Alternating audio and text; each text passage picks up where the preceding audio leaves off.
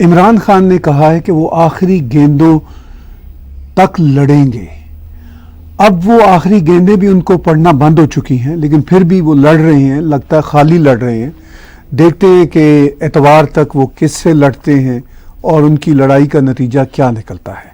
इसके साथ साथ आज ब्रेन बस्ट में मैं और डॉक्टर शारदा जी बातचीत करेंगे रशिया के फॉरेन मिनिस्टर का भारत का दौरा जो इस वक्त चल रहा है। इससे पहले अमेरिकन डिप्लोमेट्स और वाइट हाउस के लोगों ने भी विज़िट किया भारत का, उन्होंने भी कुछ बातें की। और उससे पहले चाइना का एक विज़िट रहा और चाइना में भी बहुत सारे इस वक्त एक्टिविटीज़ चल रही हैं। रशिया के फॉरेन मिनिस्टर वहाँ पर भी गए और इसके साथ साथ उनकी मुलाकातें अफ़गानिस्तान के लोगों से भी हुई, पाकिस्तान के शाह महमूद कुरैशी से भी हुई। ये सारी बातें आज के ब्रेन बस्ट में डॉक्टर रणवीर शारदा जी के साथ। डॉक्टर साहब, बातचीत शुरू करते हैं। खान साहब कहते हैं मैं आखिरी गेंद तक लड़ूंगा। गेंदें तो उनको पड़ना बंद हो चुकी हैं दूसरी तरफ से, लेकिन वो पता नहीं किन गेंदों से लड़ रहे हैं एतवार तक। मैंने आज तक ऐसी क्रिकेट नहीं देखी। मैं 10 साल क्रिकेट खेला हूँ जी जी जी जी, यूनिवर्सिटी में भी और स्टेट में भी, लेकिन मैंने आज तक ऐसी कोई क्रिकेट नहीं देखी जिस क्रिकेट में बॉलर ना हो और वो क्रिकेट खेल रहे हो। हाँ हाँ, आई हैव नेवर सीन। चूंकि वो कहते हैं कि मैं दुनिया का सबसे बढ़िया क्रिकेटर हूँ और सबसे बड़ा प्लेयर हूँ। देयर वाज नो डाउट ही was one of the best. हाँ, लेकिन नंबर वन है।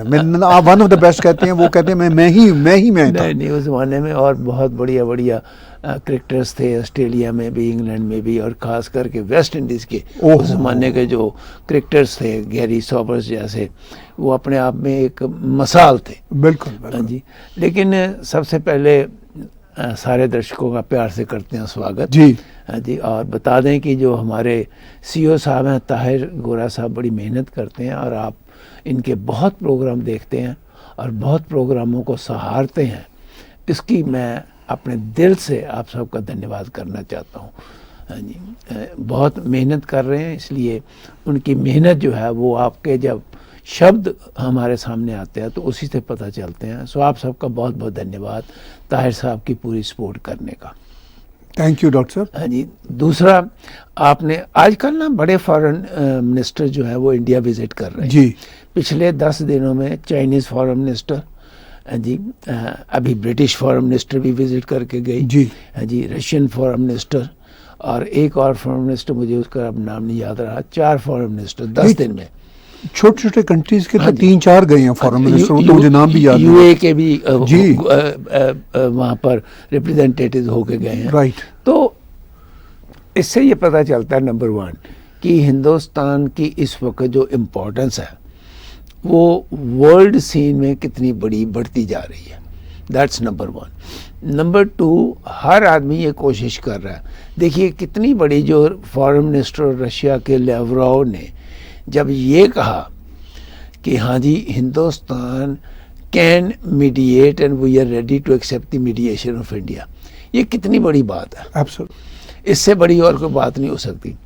दूसरा, अमेरिकन एक मिस्टर सिंह हैं, असिस्टेंट हैं, वो वाइट हाउस में लगे हुए। जी, अपना यूएस स्टेट डिपार्टमेंट। हाँ जी। तो उन्होंने हिंदुस्तान में जाके जब पीयूष गोयल को मिलके ये बात कही कि देखो अगर आप इनसे व्यापार करोगे तो कल को चाइना ने अगर अटैक करना है तो रशिया ने नहीं आना, हम ही ने आना है। हाँ, पहले भी वो यही अमेरिकन ही गए थे ना इंडिया को बचाने के लिए। इस बात को काफ़ी अजीब ढंग से देखा जा रहा है हिंदुस्तान में। ये समझा जा रहा है कि उनकी सॉवरेंटी के ऊपर इस आदमी ने जो है एक धक्का जो है वो लगाने की कोशिश की।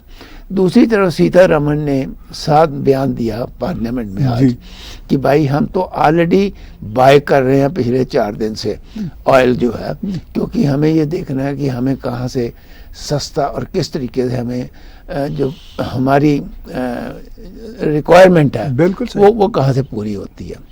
ब्रिटिश फॉरेन सेक्रेटरी का मैंने बयान सुना when she was talking after the meeting.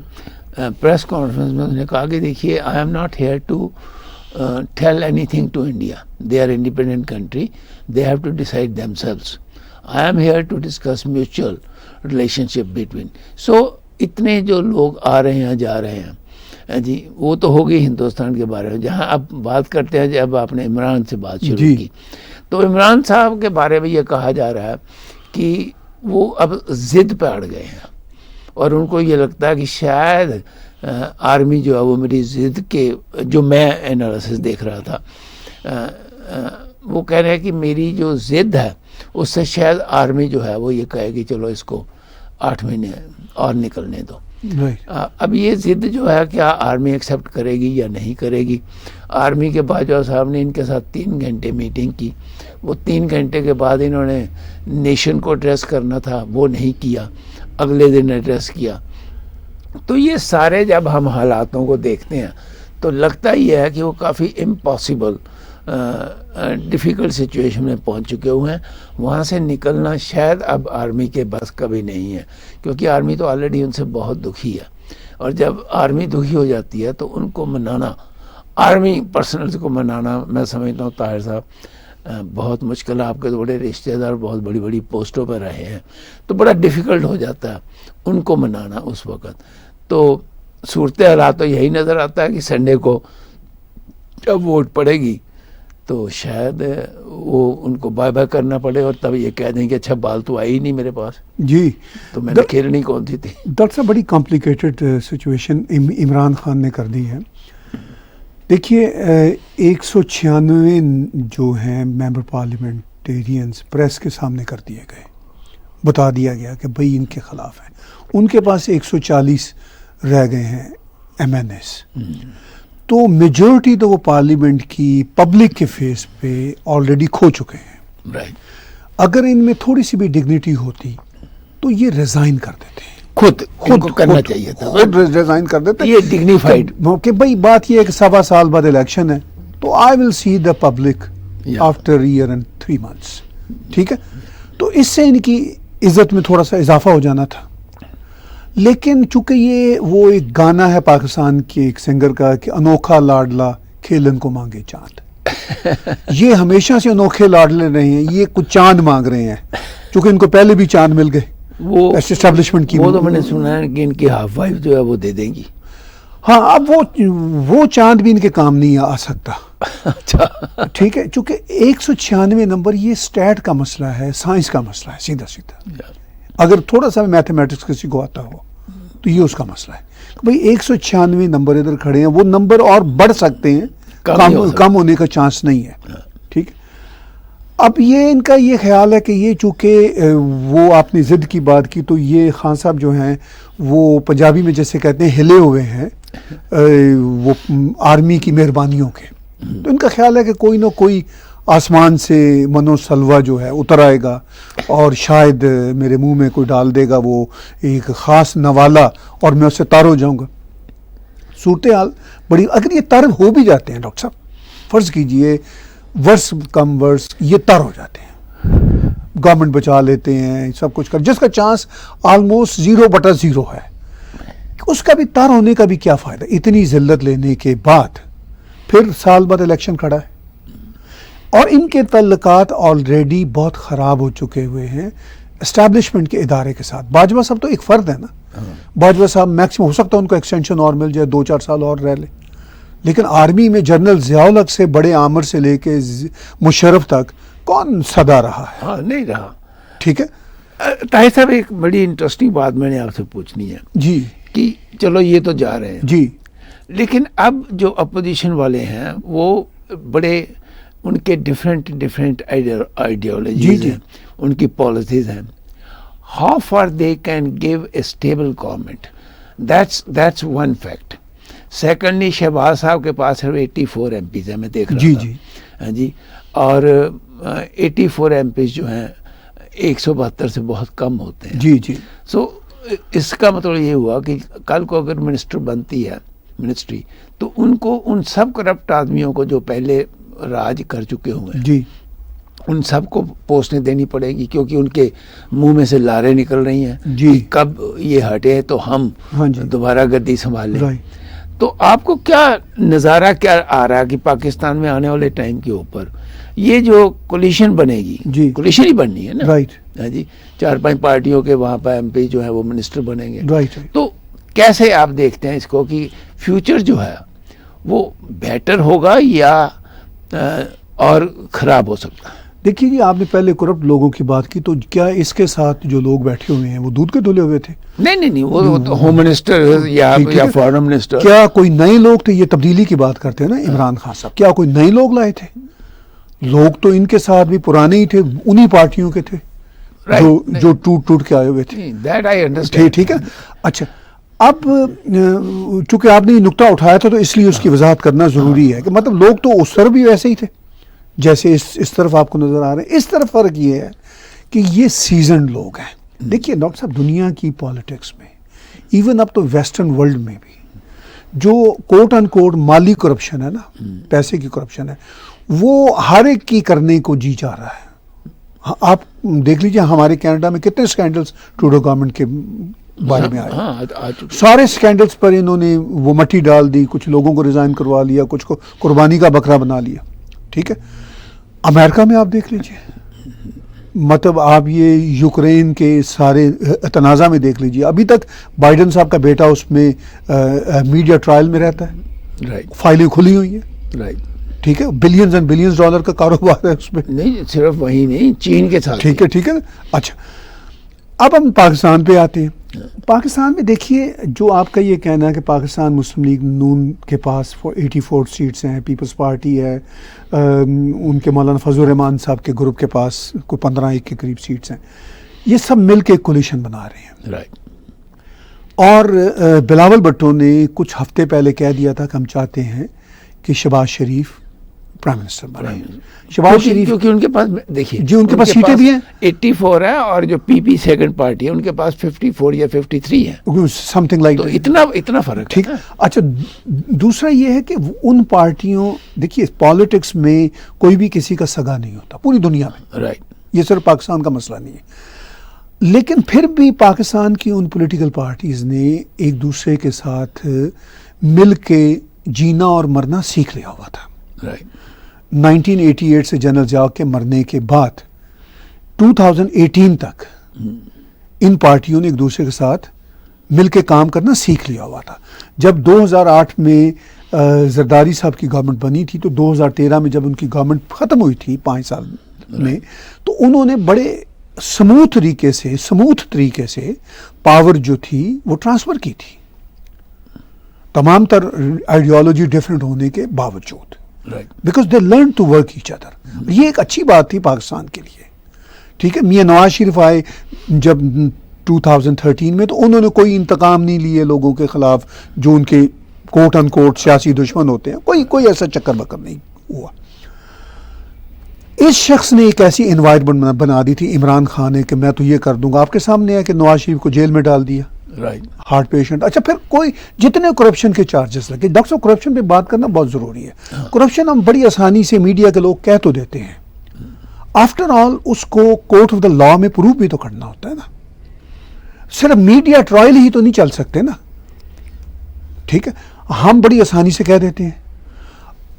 आप ये देखिए कि जरदारी को जो वो मुबैना तौर पर, यानी एलिजिडली जो वो कमीशन विशन लेते थे, उसके सिलसिले में एक ज़माने में नवाज शरीफ ने उनको जेल में डाला। उनकी ज़ुबान तक कट गई और बड़ा कुछ मामला हुआ, लेकिन वो सारे के सारे प्रूव नहीं हो सके। तो ये जो हम समझते हैं कि जी ये जो करप्शन करते हैं, अब वहाँ पे देखिए पूरी दुनिया की पॉलिटिक्स में, डॉक्टर साहब मैं इस पर जोर ज़रूर दे रहा हूँ, पूरी दुनिया की पॉलिटिक्स में पॉलिटिशियंस जिसको हम करप्शन समझते हैं, वो कारोबारी अंदाज में कुछ ना कुछ कर रहे होते हैं। कहीं से कमीशन ले रहे हैं, कहीं से इनडायरेक्ट फायदे ले रहे हैं। वो आपको मैं दावे से बताता हूँ कनाडा और अमेरिका में भी कम नहीं हो रहा। पर आम आदमी देखिए, फर्क सिर्फ ये है जी, वो आपकी बात सही है। फर्क सिर्फ इतना है कि जो आम आदमी उन कंट्रीज में सफर करता है वो यहाँ नहीं सफर। डॉक्टर साहब, वो जो आम आदमी उन कंट्रीज में सफर करता है, उनके कमीशनें खाने की वजह से सफर नहीं करता।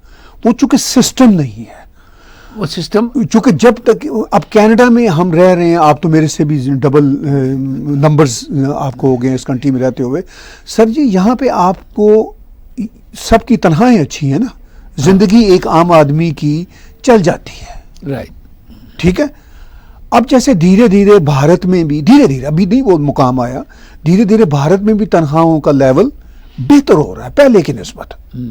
मैं आप भारत में देखता हूं जो कॉर्पोरेट सेक्टर में काम करते हैं लोग, इवन मैं अभी जब भारत में था होटलों में काम करने वाले, मैनेजमेंट, उन सब की मैंने जब तनख्वाहें उनसे सुनी मुनी तो बहुत बेहतर थी कि एक आदमी जिंदगी गुजार सकता है, मतलब जैसे तैसे करके रीजनेबल तरीके से। तो जब ये होगा तो फिर लोगों का जो इफेक्ट होना है ना वो कम होता है। खैर मैं अब डायरेक्ट आता हूँ इस मसला की तरफ।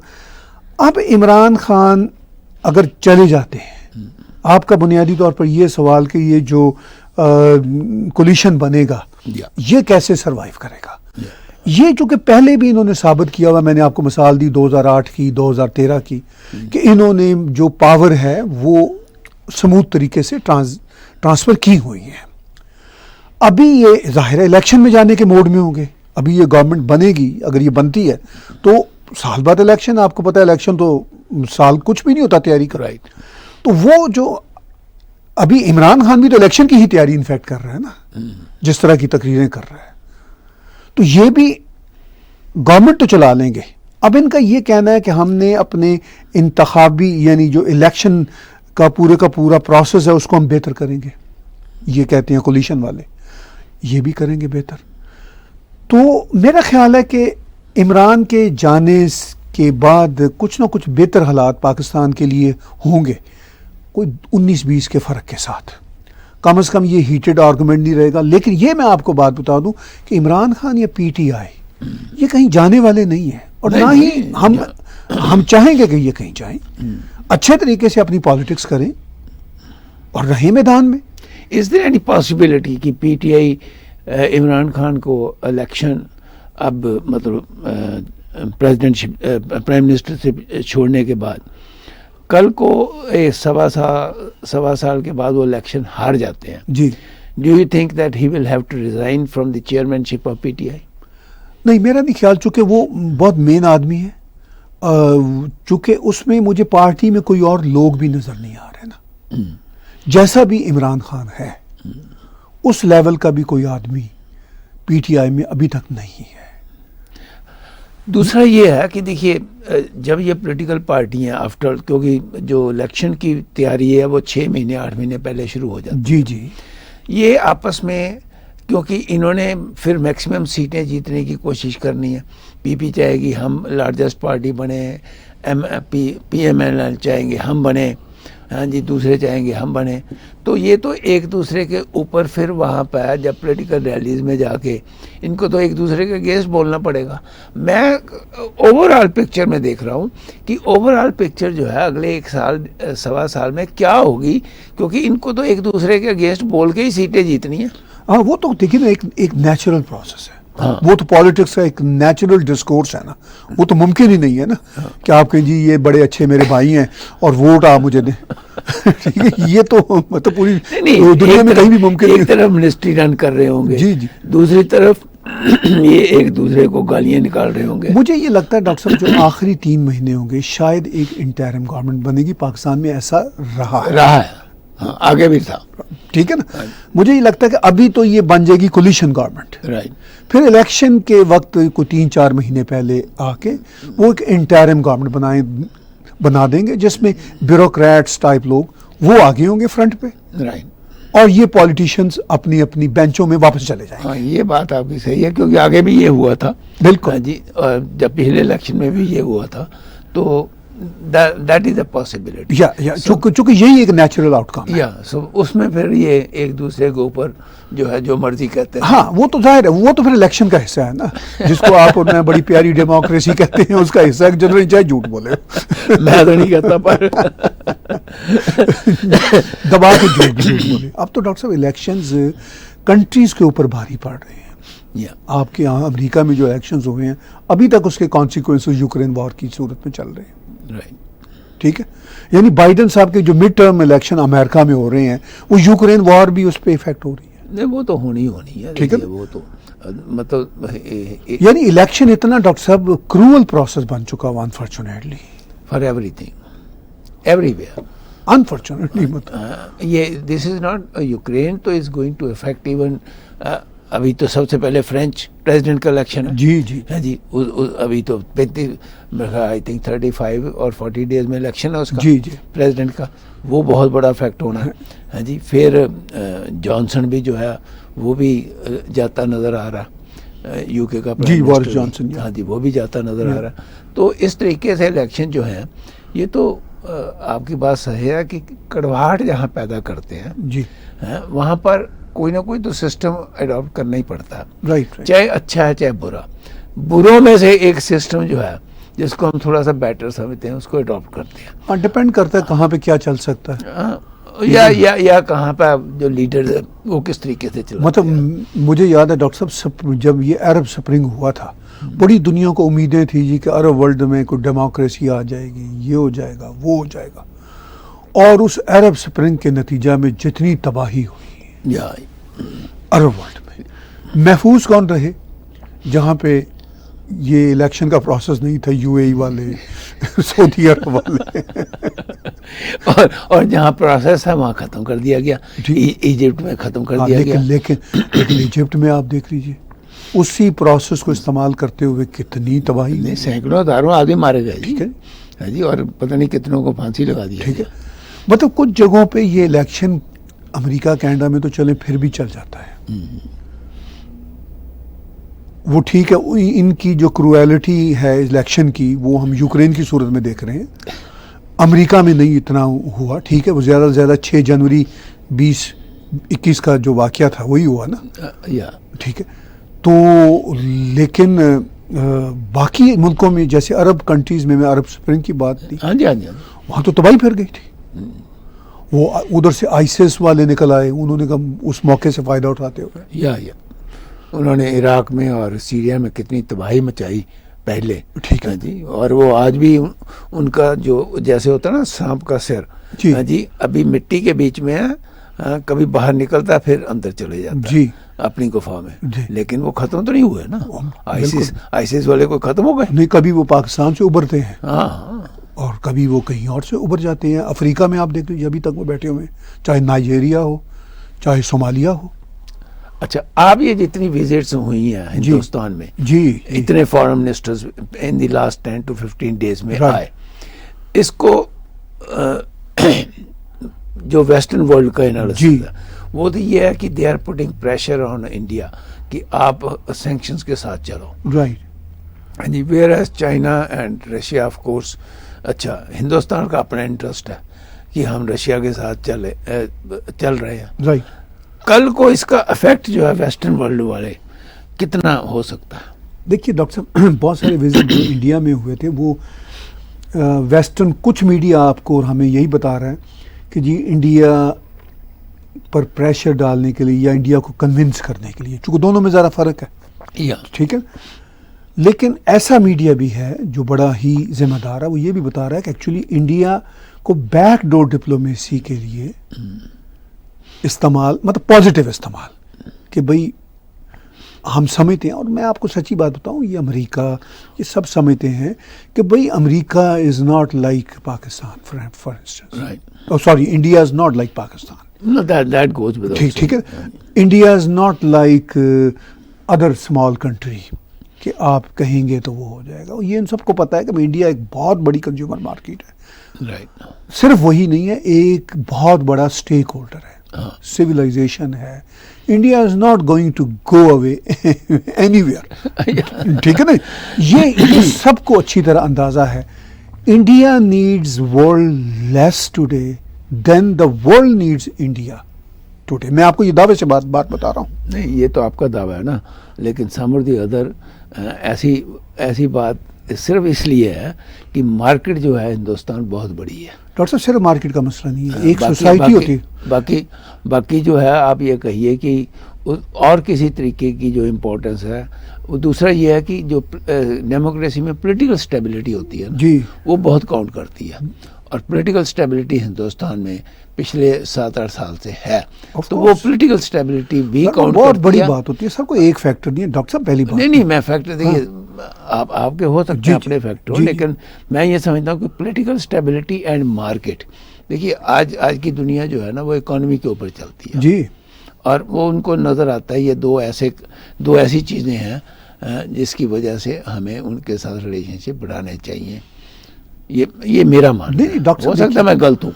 डॉक्टर साहब उसमें और भी कुछ फैक्टर्स हैं, ये दोनों फैक्टर्स मैं एग्री करता हूँ कि पॉलिटिकल स्टेबिलिटी भी इंडिया में बहुत कमाल की है, हाँ। ठीक है, और दूसरा ये है कि मार्केट भी है। तीसरा जो मैं अभी बात कर रहा था कि एक देश होता है जिसका स्टेक होता है, जिसके नंबर ऑफ पीपल है, जिसका एरिया है, जिसकी पहचान है, ये बहुत मैटर करती है बातें। ये फायदा रूस को भी होता है, ये फायदा चीन को भी होता है, क्योंकि ये वो नेशंस हैं, चाहे इनमें रूस चीन में कोई अल्टीमेट कोई अच्छा निज़ाम हो या ना हो, मगर डॉक्टर साहब ये सिविलाइजेशंस हैं।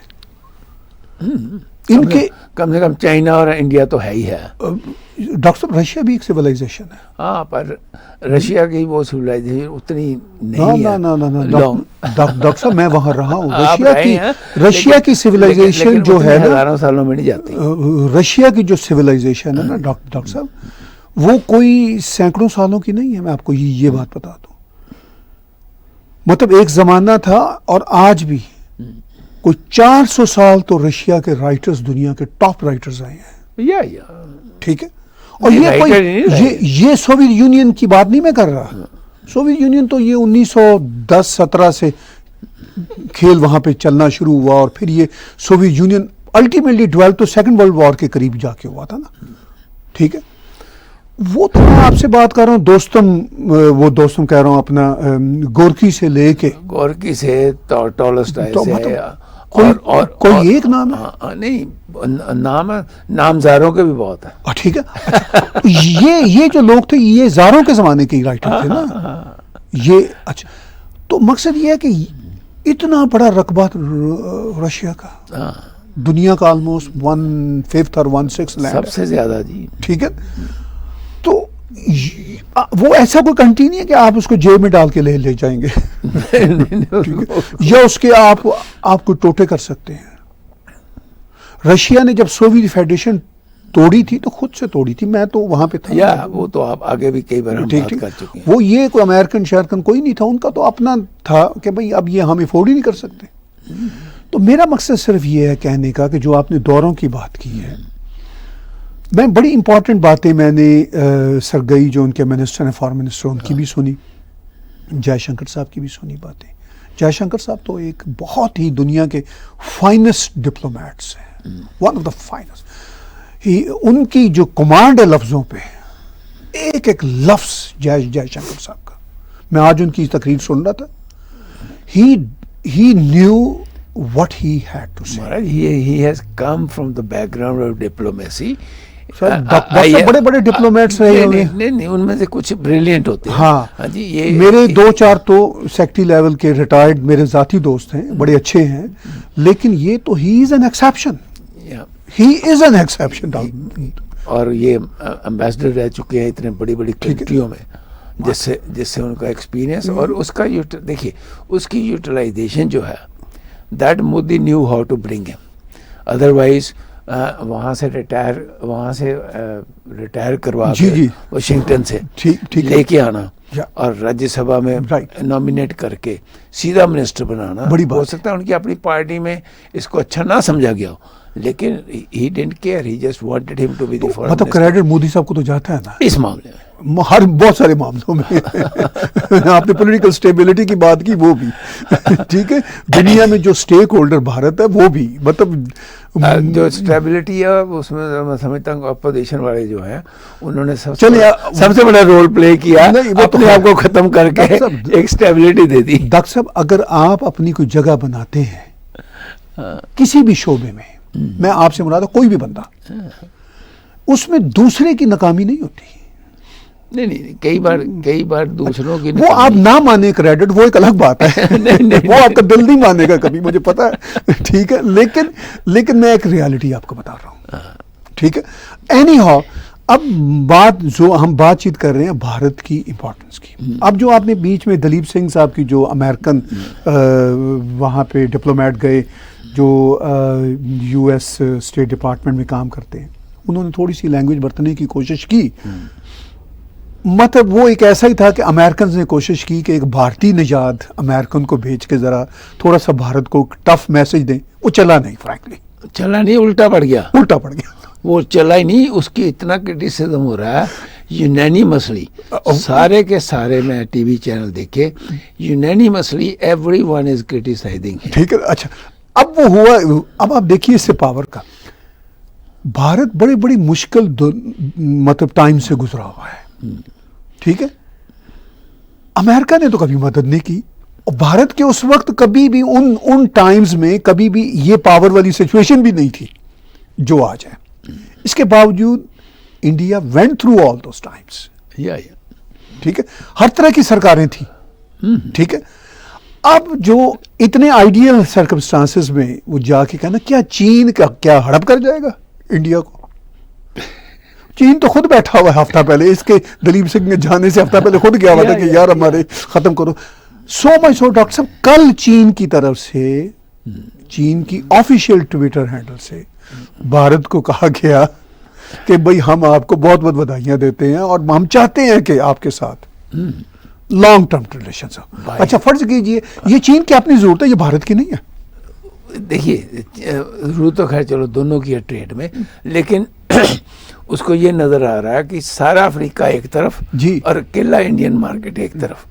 वो 100 बिलियन का जो बिजनेस है उसको अगले 5 साल में 200 बिलियन लेके जाना चाहता है, लेकिन वो नहीं लेके जा सकता अगर उसकी हरकतें जो हैं जी वो उसी तरीके से होती रही जैसे वो कर रहा है। तो उनको भी शायद इस चीज़ की अकल आ गई हो। चलिए डॉक्टर साहब, ट्रेड नहीं कोई नहीं, देखिए बड़ी बात तो अल्टीमेटली ट्रेड ही है ना डॉक्टर साहब। नहीं, मैं आपको इससे भी बड़ी बात होती है, भारत ने जब ये इन्होंने लद्दाख में चीन ने एग्रेशन किया था तो भारत ने काफी ट्रेड को कट किया था ना for the time being at that moment, ठीक है। तो इसका मतलब ये है कि भारत ने उस वक्त सिक्योरिटी को तरजीह दी थी ट्रेड से ज्यादा। ये एक बहुत बड़ा मैसेज था, प्रैक्टिकली साबित किया था भारत ने कि वी कैन डू इट। तो तभी जो दूसरी कौमें होती है ना वो फिर नरम होती है, वो कहती है भाई ये तो कोई भी लैंग्वेज नहीं समझते जो हम समझाना चाहते हैं, ये तो अपनी सोवरेनिटी पे कंप्रोमाइज नहीं करेंगे। तो उसी का नतीजा हुआ कि चीन ये देख रहा है कि भाई अब कोशिश करके धीरे धीरे चीज़ों को रिजॉल्व किया जाए, देखते हैं आने वाले दिनों में। नहीं देखिए, लेकिन मैं आपको ये बता दूं डॉक्टर साहब कि भारत को अमेरिका की कोई डायरेक्ट ज़रूरत नहीं है उस रीजन में रहने के लिए, जो दलीप सिंह साहब कहते हैं ना, ठीक है, कि भाई मतलब अगर वो हो गया तो फिर क्या होगा आपका, वो उसको कोई ज़रूरत नहीं है क्योंकि वो पहले भी उसमें रहे और ज़्यादा मुश्किल हालात में रहा है। नहीं वो रहा है, देखिए, लेकिन जिस तरीके से इकॉनमी चलती है ना जी आज के ज़माने जी जी जी, यू नीड फॉरेन इन्वेस्टमेंट्स, और दुनिया में कोई फॉरेन इन्वेस्टर नहीं है इस वक्त जो हालात यूरोप के हो चुके हुए। Europe was one of the countries जो कि इन्वेस्ट कर सकता था। अच्छा, Russia can not invest in India, Russia can only, उन्होंने कहा, लारोव ने कहा कि whatever you want to buy from us you can buy, right जी, ये नहीं कहा कि वी विल बाय, लेकिन उनको भी ज़रूरत पड़ती है हिंदुस्तान की चीज़ों की। मुझे पता है वहाँ कपड़ा बहुत जाता है, जी जी, राइस बहुत जाता है, ये सारी चीज़ें वहाँ पर जाती हैं। मेरे अपना दोस्त है करनाल में जो कि कम से कम 50,000 टन राइस एक्सपोर्ट करता है जी रशिया को हर साल। लेकिन सवाल ये पैदा होता है कि जो ट्रेड है, ट्रेड में you need new investment to make your GDP high. Luckily Hindustan में क्या है कि जो हिंदुस्तान के पास बहुत बिलियनर्स हैं जी, अफसोस वाली बात यह है कि बहुत कम लोग वो इंडिया में इन्वेस्ट कर रहे हैं। इसके लिए आई थिंक गवर्नमेंट को बड़े स्टेप लेने पड़ेंगे कि you have to invest more in India than in foreign countries, क्योंकि देखिए पैसे की कोई कमी नहीं है हिंदुस्तान में, ना मार्केट की कमी है ना पैसे की कमी है। पैसा तो वहाँ पर 100 से ऊपर बिलियनर है जी, और जितनी बड़ी बड़ी कंपनियां हैं उनके पास कोई पैसे की कमी थोड़ा इन्वेस्ट करने के लिए। Why they should look for foreigners to come and invest. नहीं डॉक्टर साहब, वो भी कर रहे हैं, अगर आप नई स्टेट्स देखें वो भी पैसा इन्वेस्ट भारत में कर रहे हैं। मैं नाम लिए बगैर, मेरे एक ज़ाती मिलने वाले हैं अमेरिका में, इंडियन अमेरिकन है, ठीक है, उन्होंने अभी अमेरिका में ही कपल बिलियंस डॉलर का प्रोजेक्ट लगाया है। मेरे उनसे जाती अलेक्स लैक है। अमेरिका में लगाया ना? अमेरिका, ठीक है। वो चूंकि अमेरिका में जिस तरह आप 50 साल से रह रहे हैं, वो भी को 45 साल से अमेरिका में रह रहे हैं, ठीक है। और उनका इससे ज्यादा पैसा इंडिया में लगाया उन्होंने, ठीक है। बिजनेसमैन तो डाइवर्सिफाई कर। ये तो देखिए, ये आपने एक पर्टिकुलर एग्जांपल दिया। अच्छा, मैं सिर्फ आपको एक एग्जांपल दे रहा हूँ। ओवरऑल जब देखता मैं हूं आपको ना, एक एग्जांपल दे रहा हूँ। एग्जाम वाले हों, ये अब भी एग्जाम के सीईओ ने अभी 2-3 महीने पहले कहा, मैंने आपको उनका वीडियो भी दिखवाया था। वो सिर्फ एक मैंने आपको वीडियो दिखाया था। मैंने अपने कंप्यूटर में ऐसे डॉक्टर साहब 23 वीडियो सेव किए हुए हैं, ताकि मैं किसी दिन वो चलाऊं 1 by 1 करके। जो बहुत अच्छा, वो ये पैसा कोई भारत पे आपको पता है एहसान करते हुए नहीं लगा रहे। They have their own business interest. या उनको नजर आता है ये मार्केट में प्रॉफिट बनना है, बात तो प्रॉफिट किया। कारोबार में किसी ने किसी पे एहसान तो करना ही नहीं होता ना। बिल्कुल, ठीक है। जिसका जहां फायदा होगा वो तो मैं उस सिलसिले में आपको ये बता रहा हूं कि वो भारत में उसकी कोई कमी का कोई चांस नहीं है इन्वेस्टमेंट की। चूंकि उन्होंने, अमेरिकन ने अगर पैसा लगाना है तो मिस्टर बाइडेन से पूछ के नहीं लगाना, उन्होंने अपने इंटरेस्ट के लिए लगाना है। किसी ने भी, ठीक है ना जी, जिसके उन्होंने पास भी अपने पैसा है। इंटरेस्ट के लिए लगाना है कि भाई पैसा बनता है तो लगा दो पैसा। और जहाँ सेफ्टी है, जहाँ देखिए, सेफ्टी है। सबसे बड़ी बात ये ठीक होती है। है सेफ्टी जो है वो वहां पे। अच्छा, अब वो मिस्टर दलीप सिंह की तो वो जो थी वो तो वो बात फारुग हो गई, वो तो बल्कि उल्टी पड़ गई। ठीक है ना, वो फारुग हो गई। अब जो हम बात करें, जो हमारे रशिया के फॉरेन मिनिस्टर हैं और भारत, ये सीरियसली इस पे बात कर रहे हैं कि रूबल और रुपए में, ये बड़ी इंपॉर्टेंट बात है, ट्रांजैक्शन हो।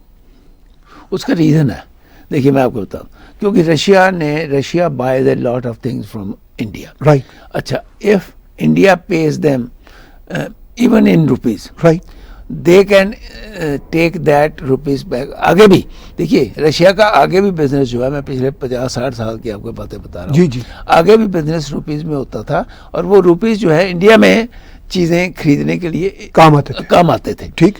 सो उसमें वो तो, लेकिन ये है कि एक नया ट्रेंड जो है, कल को अगर चाइना ये कहे कि आपको तो हमारे करेंसी के साथ एक्सचेंज करना है, तो वो बड़ी डिफिकल्ट सिचुएशन में इंडिया पड़ सकता है। रशिया के साथ तो आगे भी चल रहा था। नहीं, लेकिन डॉक्टर साहब, बात ये है ना कि कोई इनके ऊपर, किसी के ऊपर कोई मजबूरी नहीं होती देश के ऊपर, ये तो सूट करने की बात होती है। या ठीक है। लेकिन मैं आपको जो कहना चाह रहा हूँ, रशिया पे जितनी सैंक्शन वैंक्शन का जितना ये खेल वेस्टर्न वर्ल्ड का है, वो अब रशिया एंड वेस्टर्न वर्ल्ड ही रह गया, बल्कि वो भी नहीं रहा। वेस्टर्न वर्ल्ड भी, यूरोप भी अभी भी गैस वैस लेने के लिए मजबूर है, कंपेल्ड है। ठीक है। अच्छा, मजबूर है, और रशिया ये कह रहा है कि अब हमें आप रूबल में पे करो अगर गैस लेनी है तो। अच्छा, इससे मैं आपको जो अब एक में जी जी, अब उन्होंने रूबल के साथ गोल्ड को जोड़ दिया। गोल्ड को जोड़, ठीक, बात तो एक ही है, ठीक, रूबल या गोल्ड, नो डॉलर, ठीक है। अब मैं आपको ये बता रहा हूँ कि दुनिया में लोग समझ रहे हैं कि कुछ ऐसे हमारे मुबस्सरीन हैं, वो कहते हैं जी कि वो छा गया जी अमेरिका, एक दफा तो उन्होंने रशिया को तनहा कर दिया। लेकिन दुनिया सर बड़ी बदल रही है। रशिया कहाँ तनहा हुआ, ज्यादा से ज्यादा यूरोप के साथ इस वक्त नई बातचीत उनकी हो रही ना, वो भी होना शुरू हो जाएगी अब 2-4 महीनों बाद। ठीक, रशिया के तल्लकात as it is Middle East के साथ है, एज इट इज अफ्रीका के साथ है। पर ताहिर साहब, ये बात तो हमने पहले जब लगी थी सैंक्शन, जी, तभी जी। कही थी कि रशिया के ऊपर सैंक्शंस का फर्क नहीं पड़ना। उसके 2 रीजन हैं। जी। एक रीजन तो ये था कि उसका जो ट्रेड चल रहा है ईरान, अपना इंडिया, चाइना के साथ, उसमें कोई फर्क नहीं पड़ना। That's number 1। नंबर 2, उनका पेट्रोल बेचने की उनको कोई प्रॉब्लम ही नहीं है। जितना पेट्रोल वो यूरोप को देते हैं, उतना तो अकेला चाइना खरीदने को तैयार बैठा है। हाँ जी, हिंदुस्तान को भी ज़रूरत है। और तीसरी जो सबसे बड़ी बात ये कही थी मैंने उस वक्त भी, कि $600 बिलियन तो उनके पास इमरजेंसी फंड वैसे ही पड़ा हुआ है। जी जी जी। और वो एवरी डे जिस ढंग से तेल की प्राइसेस गई हैं, वो तो 600 का बन गया होगा ट्रिलियन। राइट। क्योंकि आफ्टर ऑल जो प्राइसेस है वो तो वर्ल्ड मार्केट में से अगर हिंदुस्तान ले रहा है, जी जी, लेट्स अज्यूम $100 बैरल की जगह $19 बैरल ले रहा है, राइट, तो फर्क तो $10 का ही है। राइट। तो वो तो कनाडा का जो ऑयल है वो भी $10-15 कम बिकता है। राइट।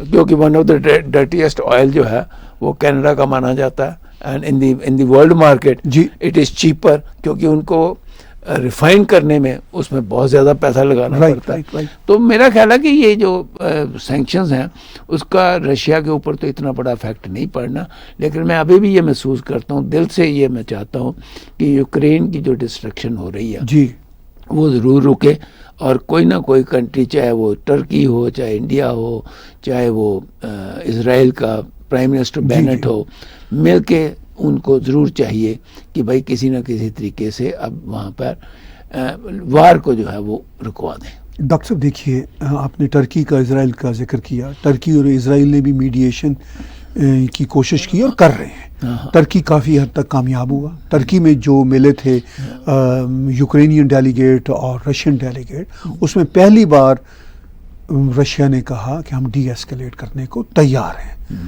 टर्की में एक बहुत बड़ी ब्रेकिंग न्यूज़ बनी। या ठीक है, लेकिन बदकिस्मती से हमें अब रियलिस्टिक होना होगा। जो मिलिट्री का कॉम्प्लेक्स है वो जाहिर है अमेरिका में सबसे बड़ा है। अच्छा, अब उनका जो कारोबारी धंधा है ना, उसको ज़रा कम सूट कर रहा होता है। मुझे ये ख़तरा है कि जो आज खबर आई है यूक्रेन के एक अटैक की रशिया के इनसाइड, ये पहली दफ़ा ये हुआ है। एक हेलीकॉप्टर ठीक है रशिया के अंदर एंटर कर गया, गलती से भी जा नहीं, वो गलती से नहीं गया डॉक्टर साहब। उन्होंने फायर किया और एक जो ऑयल डिपो था उसको उड़ाने की कोशिश की, और वो कोई 1/4 जल भी गया है। गलती तो तब होती है ना। अच्छा, उससे क्या होगा डॉक्टर साहब, एक दो ऐसे कदम और अगर हो गए तो जो डी एस्केलेशन की सूरत है वो खत्म होगी। और उसके पीछे फिर कौन लोग हैं? उसके पीछे वही लोग हैं जो चाहते हैं कि ये असले का कारोबार ना रुके।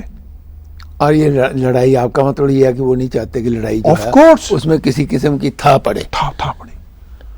फ्रैंकली, जहां ये बदकिस्मती से रूस का एग्रेशन था, ये वेस्टर्न वर्ल्ड की भी तो कोई कमी नहीं थी ना कि रूस को जिस तरह यूक्रेन को हथियार दिए, ले भी पुत्र लड़। ठीक है ना जी। तो डॉक्टर साहब, वो लड़ाई का चांस तो फिर कम से कम ही होना है ना खत्म होने का। वेस्टर्न वर्ल्ड ने जब अफगानिस्तान को अपने असलों को टेस्ट करने का एक बना डर्टी बम फेंके पहाड़ों पे, गरीब लोगों पे बेचारे, जिनके पास मतलब वहां रोटी खाने को नहीं थी, कि यार ये बेहतरीन जगह है कि यहाँ डर्टी बम, चूंकि दुनिया में कहीं और टेस्ट नहीं हो सकता। डॉक्टर साहब, ये दुनिया का इतना बड़ा जुर्म है जिस पर हम आंखें बंद किए बैठे। नहीं, I agree. I think American policies right from the beginning have been very very exploitative, और इन्होंने वर्ल्ड को एक्सप्लॉयट किया, इसमें कोई शक आज नहीं भी कर रहे हैं। इसमें कोई शक नहीं है। अपने हथियार बेचने के लिए हम तो हमेशा कहते हैं कि जो वहाँ की ये आर्मामेंट्स हैं जी, वो सबसे बड़ी इन्फ्लुएंशियल है और माफिया है जी। तो जो थोड़ा सा टाइम बचा, अगर कोई सवाल लेना चाहते हो क्योंकि हम तो चुप करेंगे ही नहीं। जी सचिन जी का डॉक्टर साहब हमारे पुराने साथी हैं। नमस्ते। Will the opposition in Pakistan improve economic condition? Will the opposition be united? मेरे अपने ख्याल से इकोनॉमिक कंडीशन तो ज़रूर इम्प्रूव होंगी, और यूनाइटेड तो वो ऑलरेडी हो ही चुकी हुई हैं। जैसे ताहिर साहब अब बताएंगे बाकी डिटेल में कि 3 महीने पहले इलेक्शन लड़ने के लिए वो एक दूसरे के ऊपर ज़रूर आनाकानी करना शुरू कर देंगे। डॉक्टर साहब, एक नया एंगल यहाँ पे लाऊंगा। अगर अपोजिशन पाकिस्तान की चाहती तो आज से कुछ 1.5 साल पहले भी, 2 साल पहले भी वोट ऑफ नो कॉन्फिडेंस ला सकते। चूंकि इनको तो सिर्फ 11 वोट ही चाहिए थे ना, लेकिन चूंकि एस्टेब्लिशमेंट इनके साथ नहीं थी। हाँ, ये बात ठीक है, ये बात समझने वाले ही है भाई साहब। ठीक है, चूंकि इमरान खान को तो सरवाइव करने के लिए ज्यादा वोट चाहिए थे, क्योंकि उसके पास तो 155 है। दूसरी तरफ उनके पास मिला के 162 थी, बाकी ये 3-4 पार्टियों को छोटी छोटी को साथ तो किसी को मिलाया जा सकता था, लेकिन वो तभी मिलने थे ना जब एस्टेब्लिशमेंट ग्रीन सिग्नल देती। तो जब एस्टेब्लिशमेंट ने ग्रीन सिग्नल दिया है तब ये बात वहां पर हालात तब ये पैदा हुए हैं। सीधी सी बात। चलिए अगला सवाल लेते हैं जी। Do you think after Imran Khan resignation next government can make good relation with India? Are the things were same like now? बड़ी इंटरेस्टिंग बात है। शहबाज शरीफ साहब अभी बने नहीं है प्राइम मिनिस्टर, उनका आज ही बयान आ गया कश्मीर पे। उन्होंने कहा कि भाई इमरान खान ने तो बेड़ागर्क कर दिया, हम कश्मीर का जो है मुद्दा उठाएंगे। ठीक है, मतलब ये बयानबाजी की हद तक की होती है बातें। मैं ये समझता हूँ क्योंकि इलेक्शन आने वाला साल जी, के जी। बाद, और वो हिंदुस्तान के साथ अच्छे रिलेशंस नहीं बना सकते क्योंकि एक मुद्दा है। जी, जी। इंडिया इज ए मुद्दा Right. फॉर बिलावल, क्योंकि बिलावल बहुत ज्यादा एंटी इंडियन है, बोलता है। जी। हाँ जी। और नवाज शरीफ के ऊपर ये इल्जाम है कि ये तो खास दोस्त है जी। हिंदुस्तान का, तो वो दोस्ती के फर्क को दूर करने के लिए जी। अभी उन्होंने कश्मीर के इशू की बात कर दी। एक साल तो नहीं, अगर उसके बाद स्टेबल गवर्नमेंट कोई बनती है जी। तो then there is a possibility, but I don't see in the next 1 year. In the next 1 year, और उसके बाद भी जो हिंदुस्तान के साथ जो ताल्लुकात की बेहतरी है वो भी इस्टेब्लिशमेंट पे डिपेंड करता है ना। इस्टेब्लिशमेंट इनको कहेगी 1 साल भाई आपका इलेक्शन हम समझते हैं, आप अपनी मजबूरियों में कुछ स्टेटमेंट्स देंगे, दे लें, लेकिन इलेक्शन हो जाने के बाद, गवर्नमेंट बन जाने के बाद, नई सरकार आ जाने के बाद फिर इस्टेब्लिशमेंट की फॉरेन पॉलिसी चलेगी। अब मुझे ये लगता है ताहिर साहब, मैं इसमें अपना थोड़ा सा कमेंट करना चाहता जी। हूँ कि एस्टेब्लिशमेंट भी ये अब रियलाइज़ कर रही है कि हिंदुस्तान की इम्पोर्टेंस जो है वो वर्ल्ड में डिफरेंट किस्म की बनती जा रही है, और उसका जो इकोनॉमिक स्ट्रक्चर है वो हमारे से बहुत ऊपर है, उसकी आर्मी भी जो है हमारे से बहुत ऊपर है। तो इट इज़ बेटर, अब 370 ख़त्म होने के बाद कश्मीर जो है वो इशू नहीं रहा in the eyes of the people of the world. तो वो उस तरीके से मैं समझता हूँ कि establishment may think it's better कि हम रिलेशन अगर अच्छे बनाने की कोशिश कर लें तो हमारा ट्रेड बढ़ने से पैसा हमारा ही बनना। बिल्कुल डॉक्टर साहब, मैं आपसे देखो ना, agree जो करता हूं। ट्रेड बना है, हाँ, ट्रेड- तो मसाइल हमारे ही हल होंगे, तनहाई ट्रेड उन्होंने करना है। हाँ ठीक है ना, और तनहाई सबकी आसानी से निकल आएंगी। ये मैं आपसे एग्री करता हूँ, क्योंकि इस बात की इंडिकेशन पाकिस्तान के चीफ द आर्मी स्टाफ बार बार दे रहे हैं कि भाई हम नहीं चाहते भारत के साथ, हम वो तक ये भी कह चुके हैं कि हम पुराने जो भी मामला हैं उनको ख़त्म करना चाहते हैं। ठीक है, और दूसरी बात ये कि आपके सामने है कि पाकिस्तान के थोड़े बहुत तल्लुकात रूस के साथ अच्छे हुए, तो अब वो पाकिस्तानी प्रेस में कहा गया जी पता नहीं रूस के साथ हमारे इतने अच्छे तल्लुकात हो गए हैं कि इंडिया को काट देंगे। लेकिन आपके सामने आपने देख ही लिया जिस तरह रूस के वजीर खारजा इंडिया में बैठे, उनकी मैं बॉडी लैंग्वेज देख रहा था कि वो यूं थे कि जैसे भाई हमारी बात मान लो। प्राइम मिनिस्टर के साथ बैठ के जो उनकी बातचीत हुई वो भी अपने आप में एक मतलब वो बॉडी लैंग्वेज में देख रहा था कि इट वाज सो डिफरेंट कि मतलब वो यही कह रहे हैं कि जनाब आप तो हमारे बड़े भाई हैं। मतलब रशिया की तरफ से ये इंप्रेशन कम से कम इस मीटिंग की हद तक यही है भारत को कि आप हमारे बड़े भाई हैं, बीच में पड़ जाएं और काम करते रहें। ठीक है, तो वो जो तल्लुकात नेक्स्ट लेवल के, मैं मोदी जी को क्रेडिट देता हूं, उन्होंने इंटरनेशनल डिप्लोमेसी में 7 वर्षों में हर देश के साथ, आपके सामने है ऑस्ट्रेलिया के साथ रिसेंट जो उनके एग्रीमेंट्स हो रहे हैं, बरतानिया जिस तरह कर रहा है, जिस तरह ये मतलब इंडियन नेम का अमेरिकन वहाँ पे अभी डीफेम हुआ है। ठीक है, मैं ये कहूँगा जिस तरह चाइनीज की आ रही है स्टेटमेंट, डॉक्टर साहब these are the big things for India and India deserves for, India work for it. ऐसा नहीं हुआ कि लोग मजबूरी में कर रहे हैं। इसके पीछे बकायदा एक सोच है जी, जो काम कर रही है, और सोच जो बड़ी होती है, कई बार सब लीडर्स के माइंड में ये होता है कि मैं भी वर्ल्ड में कल को मैंने तो सारी उम्र तो किसी ने रहना नहीं कि मैं जाऊं तो कम से कम ये जरूर हो कि वर्ल्ड में हिंदुस्तान का नाम हुआ। नहीं बहुत, और वो सबको एहसास हो रहा है। मैं वाकई प्राइम मिनिस्टर नरेंद्र मोदी और ख़ास तौर पर जयशंकर, अजीत डोवाल, जो सिक्योरिटी के ये लोग हैं, बड़े बड़े लोग, इनका जो बैकग्राउंड का काम है, और प्राइम मिनिस्टर जो कि पॉलिटिशियन है उनका फ्रंट का काम है, उस वजह से बहुत चीज़ें आगे चल रही हैं। कुछ क्वेश्चंस और लेते हैं। राहुल गुनु sir, I read a CNN article about how US and West images destroyed BCS of Ukraine war.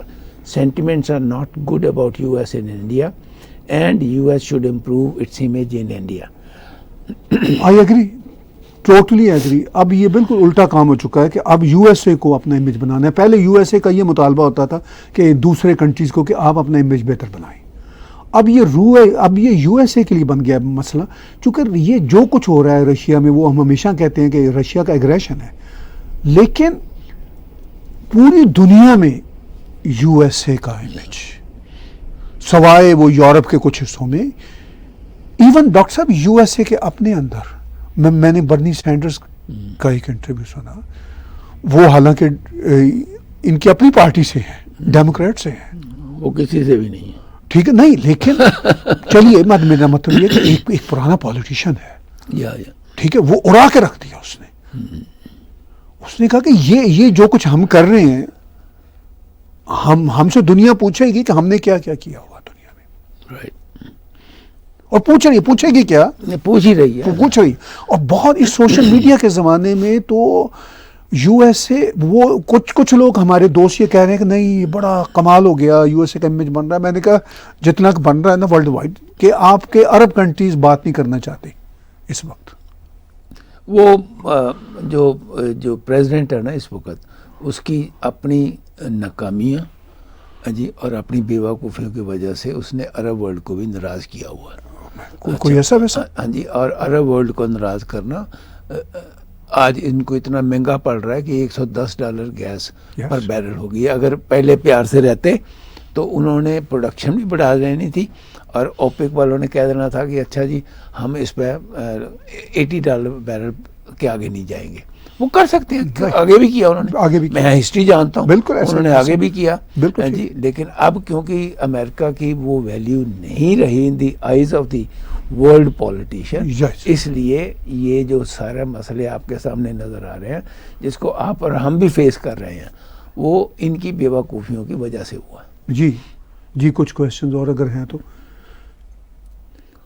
Ji. Will Shehbaz Sharif come in power and how Shehbaz Sharif counter Indian Kashmir policy? देखिए वो अभी हमने बात की है, शायद प्रॉबेबली वही आएंगे। आपका पहला क्वेश्चन का हिस्सा यही है, लगता यही है। और उसके बाद जो कश्मीर पॉलिसी पे उनको बात तो करनी होगी, आगे इलेक्शन आ रहा है और डॉक्टर साहब ने जैसे कि कहा कि मुद्दा ही कश्मीर है, तो फिर वो मजबूरी है उनकी, क्या बात करेंगे। और इलेक्शन में मुद्दा कश्मीर नहीं, मतलब बहुत सारे और मुद्दे भी होंगे, लेकिन ये भी एक होगा। नहीं, देखिए इन्फ्लेशन को वो कुछ नहीं कर सकते, राइट। वैसे तो कश्मीर को भी कुछ नहीं कर सकते। हाँ, नहीं मैं वैसे बात कर रहा हूँ कि इन्फ्लेशन के ऊपर तो वो बात कर नहीं सकते, राइट, क्योंकि inflation is the world phenomena at this moment, right.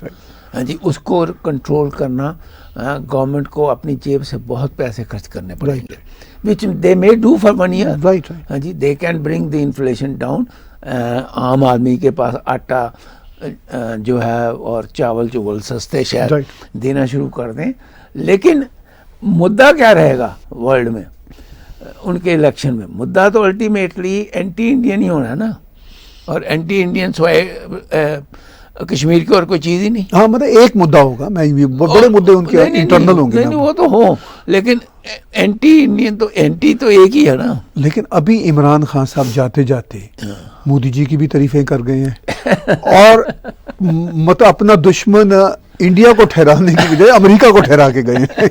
ये बहुत बड़ा मुद्दा होगा, मैं आपको बताऊं। तो कह दिया कि अमेरिका ने मुझे धमकी की चिट्ठी डाल दी। तो वो हालांकि कह सकते थे ये मोदी की धमकी थी, लेकिन वो इंडिया के जिम्मे डाल के, सॉरी अमेरिका के जिम्मे डाल के ना फारग हो गए। चलिए देखते हैं, एक अगर क्वेश्चन है तो फिर हम उसको एड्रेस करते हैं, वरना फिर इसको कंक्लूड करते हैं आज की इस गुफ्तगू को।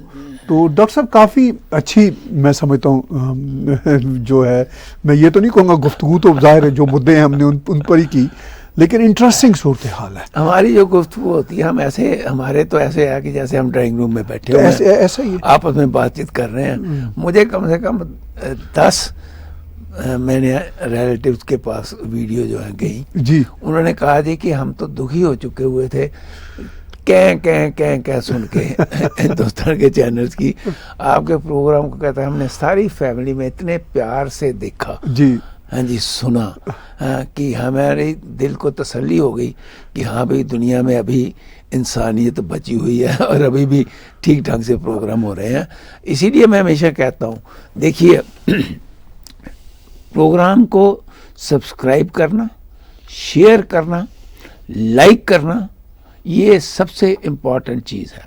ये आप कर सकते हैं, मैं नहीं कर सकता। मैं जितना कर सकता हूँ वो तो मैं करता हूँ, लेकिन आप मेहरबानी करके प्लीज़ ज़रूर इसको लाइक करिए, शेयर करिए, सब्सक्राइब करिए, और बाकी ये आपको बताएंगे किस तरीके से आप डोनेशन दे सकते हैं। हो सकता है कि कोविड की वजह से आजकल डोनेशन आपकी ना के बराबर है, लेकिन फिर भी हमारा फ़र्ज़ बनता है कि हम आपको बताएं, और आप ज़रूर tagtv.info /donate पे जाके भी जो है वो डोनेट कर सकते हैं। यूट्यूब के ऊपर भी आपको मिल जाएगा डोनेट, वो वहाँ आप डोनेट कर सकते हैं।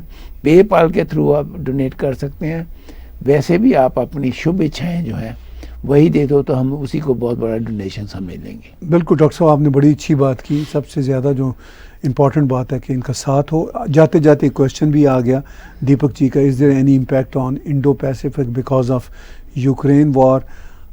है भी थोड़ा सा, लेकिन जैसा कि आप देख रहे हैं कि प्रेशर है या कन्विंस करने की कोशिश है वेस्ट की इंडिया को, ये जानते हुए भी कि भाई इंडिया के लिए पॉसिबल नहीं है ये करना। और शायद ये भी जो वेस्ट की कन्विंसिंग की कोशिश है या प्रेशर डालने की कोशिश है, ये भी सिर्फ दिखावे के लिए है। बिकॉज वेस्ट अंडरस्टैंड्स कि इंडिया को नहीं कर सकते, लेकिन प्रेस को भी तो अपने समझाना है उनको, और अपने अपोजिशन लीडरों को भी समझाना होता है वेस्टर्न वर्ल्ड को।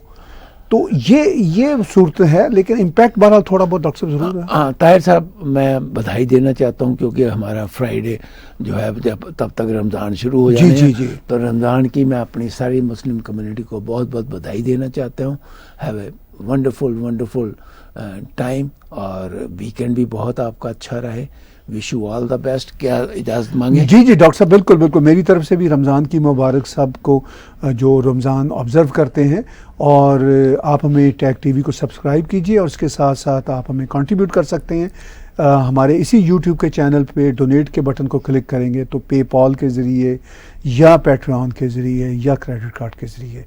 आज का ब्रेन बस्ट मेरे साथ और डॉक्टर शारदा जी के साथ देखने सुनने का बहुत बहुत शुक्रिया, बहुत धन्यवाद। Thank you.